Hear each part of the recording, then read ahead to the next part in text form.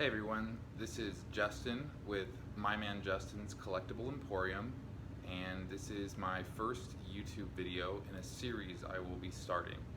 Now, just to give you some quick background, I have been buying and selling Pokemon cards for the past 15 years or so, on and off.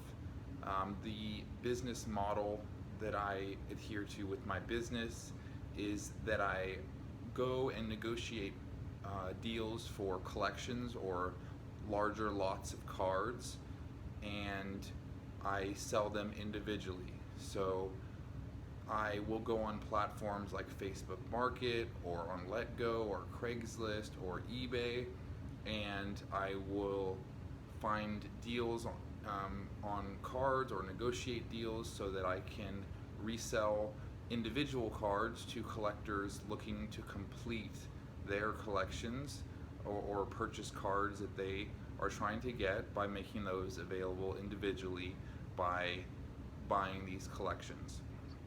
So what I do is when I buy these lots, I offer to purchase, I price out each card individually and offer to pay anywhere from 30 to 50% below the average selling price on eBay for the past month, depending on how quickly the card sells. If it's a card that is really popular, I will pay as little as 30% below the average selling price, and if it's a card that I'm going to have to sit on for maybe 2 months or more, I'll pay 50% below what the going rate is.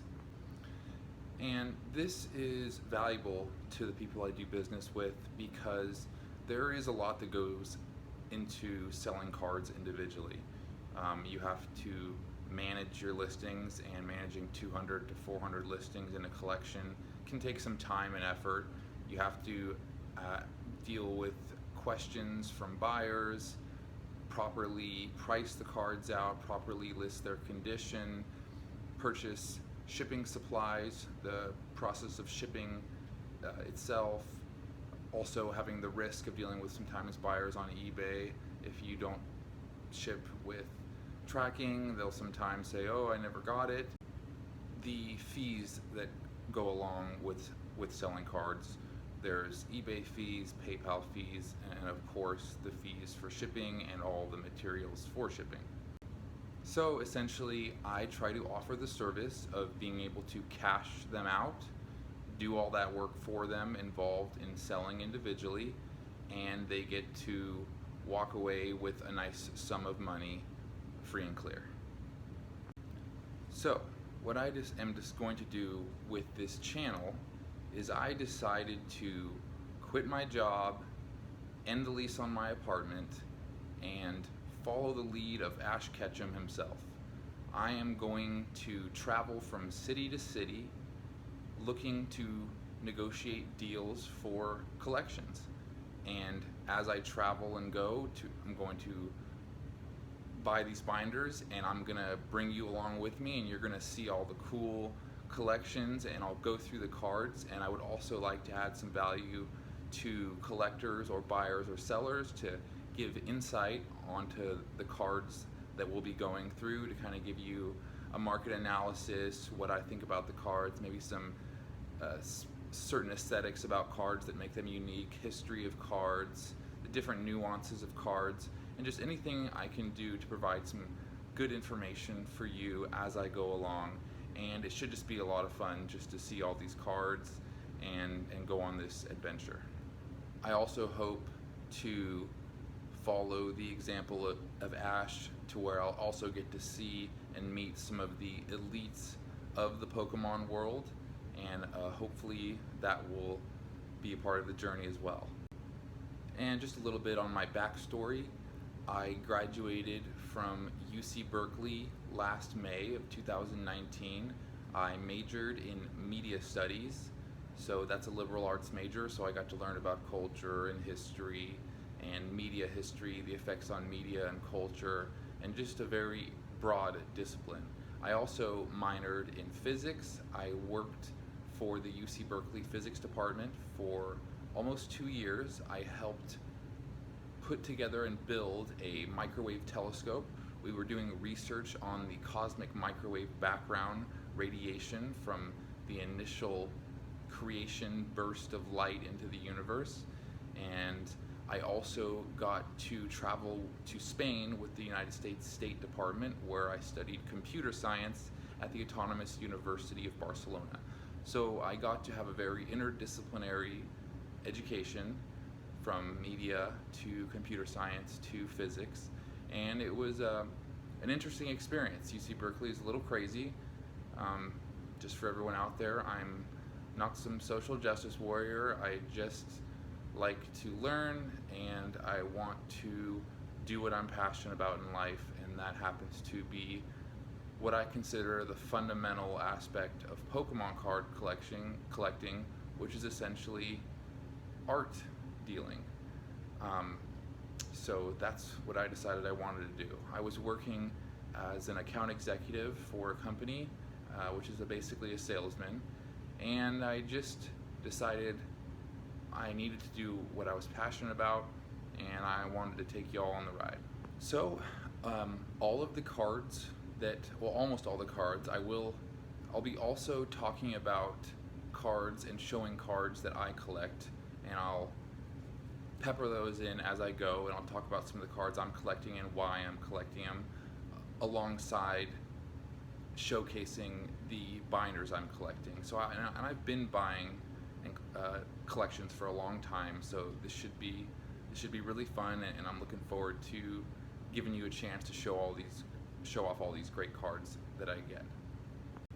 So in this video, I just recently did purchase a collection of about 200 cards, and I'll give you a taste of what you can expect in the future with my channel.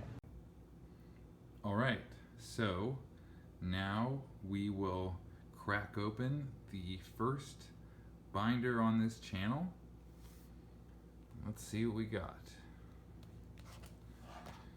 Alright, so on this first page, where it's full of secret rares, and like I said, I will go through the binder, outline anything in particular. I'll try to highlight items that were special cards in the set, cards that are worth over $8 to $10.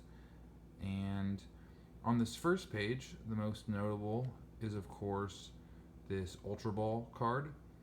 This card is going to fetch anywhere from $20 to $25 right now on eBay. The rest of the cards are gonna be around that $8 range. Alright, nice. We got some hyper rares here. I would say cards like Persian are a good card because there's a lot of Meowth and Persian collectors out there, so it's kind of a stable card. Same with anything with evolutions here. This Yveltal card is worth about $15. The Alolan Ninetale is about $15. This one about $15. And some of these will realistically sell for $6 to $8. $6 to $8. $6. So even though they're hyper rare, if you're buying lots yourself, you got to know sometimes, don't get too enamored by the shiny rainbow rare, because there are a lot of rainbow rares that will sell for under $10. Alright, now to this page. Evolutions, again, are good cards because they sell quick. That's one thing that's good to consider when you're buying lots, is the cards in it, are they going to sell relatively quick if you are doing it to make money in the short term. Now, collecting for long term is something else to consider. It's something I do as well. I have my own long-term investments that I will be rolling out in the future and showing you all and explaining why I did collect them. So another notable card is this Shining Legends Mewtwo. This card is going to get anywhere from $30 to $40. It actually has sold for above $50 in the last month on eBay. This Solgaleo is also another good one. I think it's gonna sell for around 20 if I'm not mistaken. This one right here, again, even though it's a hyper rare, $6, $7, $8. Don't hope for more than that. Alright, now it's good to know also when you're buying cards is cards that are sought out by players. And this Dedenne, it has the ability that's just like Tapu Lele, I believe, and for that reason its price is increased because of its value to the players, and that card should be worth around $25 in the full art form. So very nice green, emerald kind of green with the Sceptile and Lurantis and the Golisopod, and a very nice ruby red on the Mag Cargo.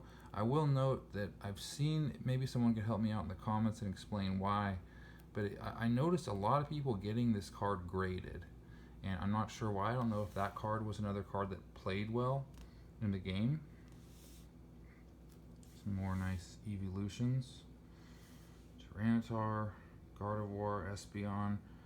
So these are the kind of cards you want to see when you're buying lots. They're going to be the kind of cards that, the kind of Pokemon that people like to collect.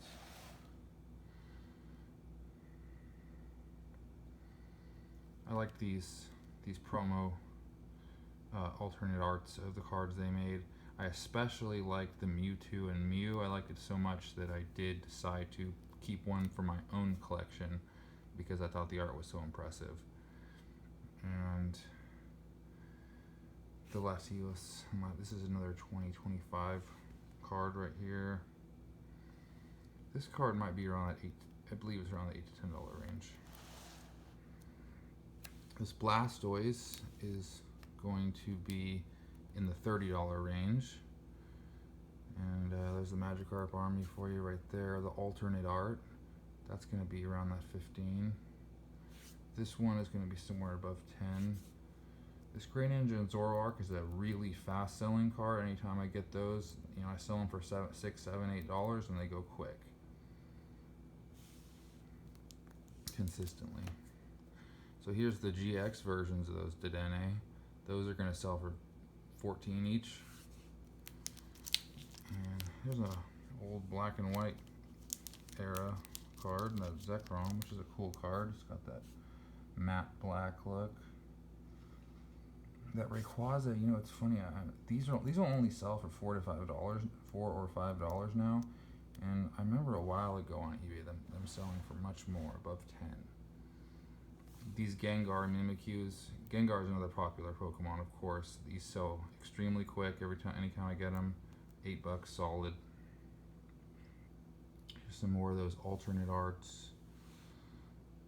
Very nice.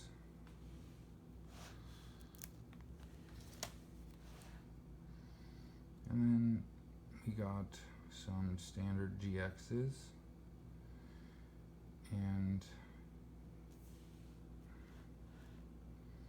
when you see stuff like this, you know, these are the kind of cards that'll sell for, realistically, a lot of these will sell for under $3. Maybe even cut deals and get some of them off for under $2. Otherwise, they just don't move. So that's something to consider when you're buying them, to sell at least. These Drampas, you know, these are, I've sold those for $1.50 many times. It's hard to get more than that for them. Honchkrows.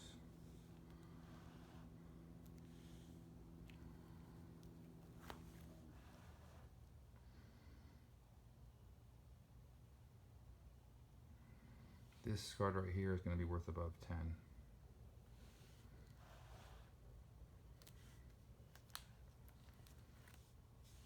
Old school Magikarp army.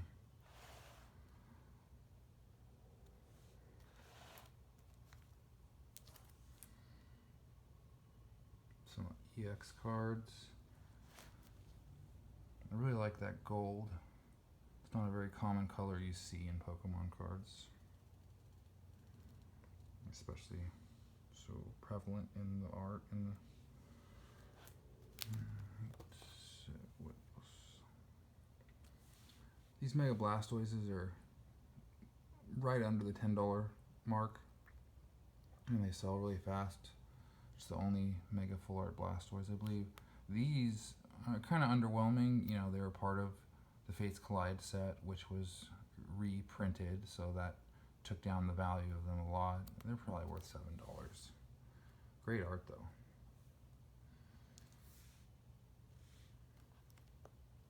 Some black and white, Boundaries Crossed, and Plasma Storm, black and white Chirons. And that's a Korean card right there. That's Japanese. Sorry about the glare. Here, this is a nice card. This is about a $15 card. This bottom half of the Rayquaza and Deoxys Legends. This is the only real base set holo we got, which looks to be in really nice condition. These are the kind of cards that I like to keep. See, that's in really nice condition.